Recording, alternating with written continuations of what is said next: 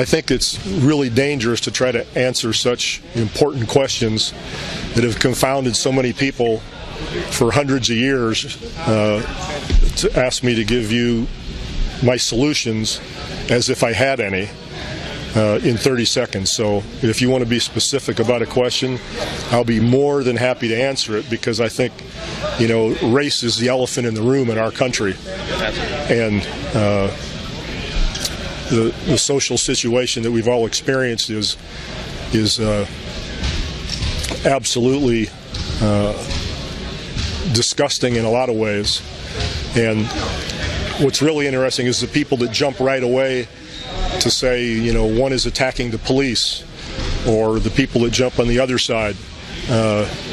It's a question where understanding and empathy has to trump, no pun intended, has to trump any quick reactions of an ideological or demagogical nature. So it's a topic that can't just be swung at. People have to be very accurate and direct in what they say and do. Let me ask one specific question. About a year ago about this time, you brought in Dr. John Carlos to speak to your players about the importance of taking the principal stand. Right. Can we conjecture that you support those athletes who are now taking stands, football players and WNBA players and so forth? I absolutely understand why they're doing what they're doing, and I respect their courage for what they've done. The question is whether it'll do any good or not, because it seems that change really seems to happen through political pressure. No matter how you look at it, whether it's Dr. King getting large groups of people together and boycotting buses, and or what's happened in Carolina with the NBA and other organizations pulling events to make it known what's going on. But I think the important thing what Kaepernick and others have done is to keep it in the conversation. When's the last time you heard the name Michael Brown? With our 24/7 news, things seem to drift. We're all trying to just exist and survive, and it's easier for the mass, for the mass of more white people, because we haven't lived that experience. It's difficult for many white people to understand the day-to-day feeling that many black people have to deal with. It's not just a rogue policeman, or a policeman exerting too much force or power, when we know that most of the police are trying to do their job, which is very difficult. I'd be scared to death if I was a policeman. I stopped a car. You just don't know what's going to happen. And part of that in our country is exacerbated by the preponderance of guns that other countries don't have to deal with. So it gets very complicated. And at this point, when somebody like Kaepernick brings attention to this, and others who have, it makes people face the issue, because it's too easy for people to let it go because it's not their daily experience. And if it's not your daily experience, you don't understand it. I didn't talk to my kids about how to act in front of the policeman when he gets stopped. I didn't have to do that. But all of my black friends have done that. There's something that's wrong about that. And we all know that. What's the solution?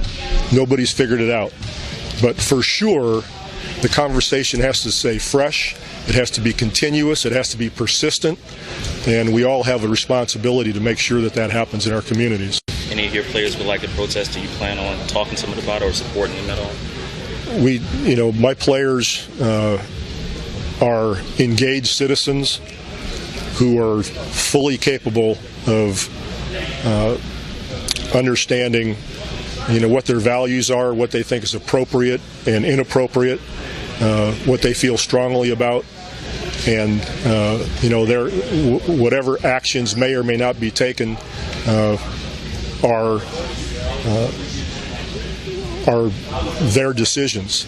And I'm not going to tell anyone ahead of time that if they don't do A, B, and C, they're going to be gone or traded. I think that's ignorant. Do you agree or disagree with that method of protesting convention? I think to each his own. I think it depends on a person's life experience and what they value and how strongly they feel about it. I don't think instant condemnation of any sort of act should happen until it's thought out. For instance, with Kaepernick, a pretty good group of people immediately thought he was disrespecting the military. It had nothing to do with his protest. In fact, he was able to do what he did because of what the military does for us. But most thinking people understand that, but there's always going to be an element that wants to jump on a bandwagon. And that's what's unfortunate about our country. It's gotten to the point where the civility and the level of discourse is basically in the gutter.